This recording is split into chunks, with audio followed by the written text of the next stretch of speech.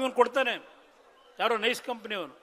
ನಮಗೆ ಈ ಭೂಮಿ ಏನು ಅವಶ್ಯಕತೆ ಇಲ್ಲ ರೋಡ್ಗೆ, ನೀವು ಈ ಭೂಮಿ ತಗೋಬೋದು ಅಂತೇಳಿ ಶಿವಕುಮಾರ್ ತಮ್ಮನಿಗೆ, ಶಿವಕುಮಾರ್ ತಾಯಿ ಹೆಸರಲ್ಲಿ ಕೋಟ್ಯಾಂತರ ರೂಪಾಯಿ ಬೆಲೆ ಬಾಳ್ತಕ್ಕಂಥ ರೈತರ ಭೂಮಿನ ಲಪಟಾಯಿಸಿ ಜೀವನ ಮಾಡ್ತಕ್ಕಂಥ ನಿಮ್ಮಂಥ ಕಾಂಗ್ರೆಸ್ನ ದರೋಡೆಕೋರ ಏನಿದ್ದೀರಿ, ಈ ಪದ ಬಳಸ್ತೀನಿ ನಾನು, ನೋಡಿದ್ದೀನಿ ನಾನು.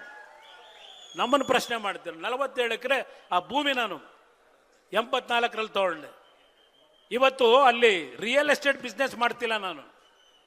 ನಮ್ಮಪ್ಪ ಏನು ಹೇಳಿದ್ರು, ಕೃಷಿಕರಾಗಿ ಬದುಕಬೇಕು, ನಿಮಗೆ ಬೇರೆ ಸಂಪಾದನೆ ಮಾಡಿದ್ರೆ ನಿಮ್ಮ ಜೀವನ ಹಾಳು ಮಾಡುತ್ತೆ.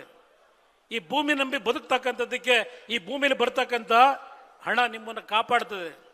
ಇದು ನಮ್ಮಪ್ಪ ಭೂಮಿನಲ್ಲಿ ನಿಂತ್ಕೊಂಡು ಹೇಳಿದಂಥ ಮಾತು 1984-83ರಲ್ಲಿ PWD ಮಿನಿಸ್ಟ್ರು.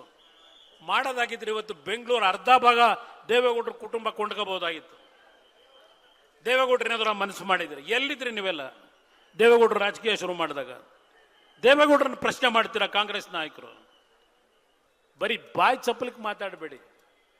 ಇದೇ ನಿಮ್ಮ ಮಾಜಿ ಶಾಸಕ, ಈಗಿನ ಮಂತ್ರಿ, ನನ್ನ ಪಕ್ಷದಿಂದಲೇ 3 ಬಾರಿ ಆಯ್ಕೆಯಾಗಿದ್ದು. ನನ್ನ ಜೊತೆನಲ್ಲಿ 15 ವರ್ಷ ಅನ್ನ ತಿಂದಿದ್ದಾನೆ, ಜೊತೆಯಲ್ಲಿ ತಿಂದಿದ್ದೇವೆ. ಆತ್ಮ ಮುಟ್ಕೊಂಡು ಹೇಳು, ನಾನು ಕಾನೂನು ಬಾಹಿರವಾಗಿ ಎಂದು ಸಹ ನಾನು ಅಧಿಕಾರದಲ್ಲಿ ನಮ್ಮಪ್ಪ ಕಲಿಸ್ಕೊಟ್ಟಿರ್ತಕ್ಕಂಥದ್ದು, ಸರ್ಕಾರದ ಕೆಲಸ ಮಾಡಬೇಕಾದರೆ, ರುಜುವು ಹಾಕಬೇಕಾದರೆ ಅದನ್ನ ದುಡ್ಡಿಗಿಡಬೇಡ, ಮಾರಾಟಕ್ಕಿಡಬೇಡ ಅನ್ನೋದನ್ನ ನಮ್ಮಪ್ಪ ಕಲಿಸೋರಪ್ಪ.